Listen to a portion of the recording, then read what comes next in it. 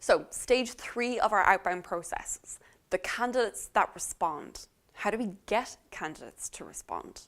Are you using a medium that actually the candidate actually uses? So if they're actively using email, if they're actively using their phone, if they're actively using a particular social network, are we reaching out to them using that medium?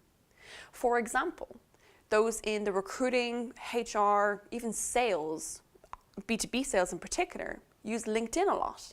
We as recruiters use LinkedIn all the time. It is usually the first website we open in the morning and the last one we close in the evening. But if I'm looking for engineers, for example, if I'm looking for finance professionals, if I'm looking for people in software, if I'm looking for people in pharmaceuticals, they may not be actively fishing where I'm hanging out all the time. So sometimes there could be a bit of a mismatch between our two media. We need to reach out to the medium that they actively use. So identifying that medium using our candidate personas is really, really key. Similarly, once we've actually reached out to that person, are we following up? It's really key here that we're not just sending one message, not getting a response and going, oh, okay, another one bites the dust there. Remember, you've worked really hard to find that candidate.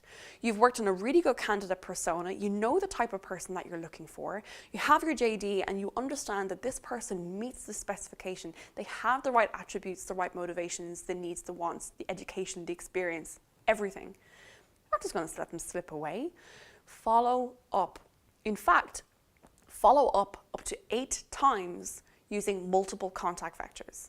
Now, following up 8 times, I understand, is really weird. It's very, very weird. We're probably thinking, no, I'm going to be pestering somebody if I follow up them 8 times. And you're right.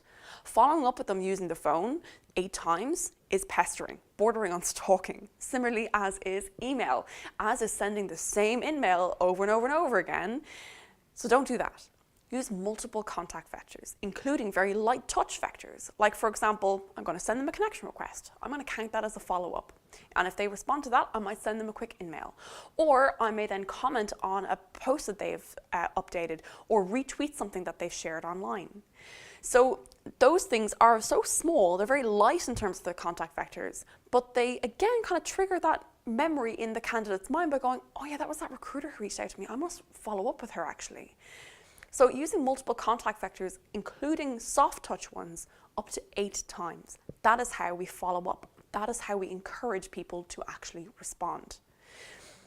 And then timing. Timing has a lot to do with this as well. Of course, sending somebody an email at 5 o'clock on a Friday afternoon is probably the worst time to do that because they're not thinking about work, they're thinking about going home for the weekend. Similarly, maybe sending an email at 9 a.m. of a Monday morning is probably not the best time either because they're just knee deep in work. They're like, I've had the whole weekend off, now I need to just get myself buried back in there, so just too consumed with work. Finding and understanding the right time to get into your audience with the right message, that's the trick. But every audience is going to be different and you need to understand what time they really are online with that particular medium.